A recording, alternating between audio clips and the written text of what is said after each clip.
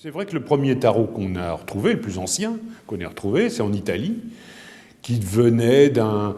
On les a appelés un Égyptien, on ne savait pas trop d'où ça venait.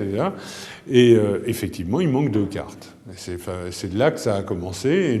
Et après, on a retrouvé les tarots Visconti, les tarots, etc. Et ces 2 cartes manquent toujours. Alors effectivement, on a retrouvé des jeux qui n'étaient pas complets, d'autres qui étaient un peu plus complets, etc. Mais chaque fois, ces 2 cartes-là manquent. Effectivement. Par rapport au rang-croix chinois, ce qui est assez étonnant, c'est que vraiment, on peut suivre numéro par numéro de l'âme, c'est exactement la même chose. C'est la même idée, le même truc, etc.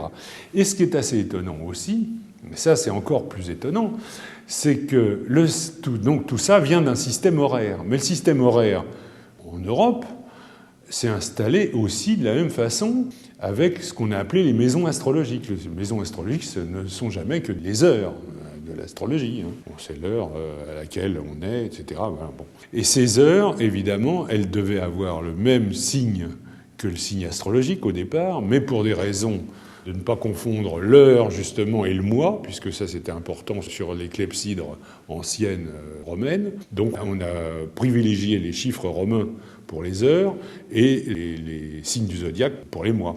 Et effectivement, donc, on a arrivé à la Renaissance, on s'aperçoit qu'effectivement, les maisons astrologiques et les signes du zodiaque, on a l'impression que c'est exactement la même chose. Ça veut dire la même chose. C'est les mêmes sens, quoi, disons. Alors, les signes du zodiaque, évidemment, ont un moment pareil, c'est à la Renaissance. Alors, on voit apparaître ça au moment de Catherine de Médicis. Il y a un astrologue qui a décidé qu'on pouvait les couper en 2.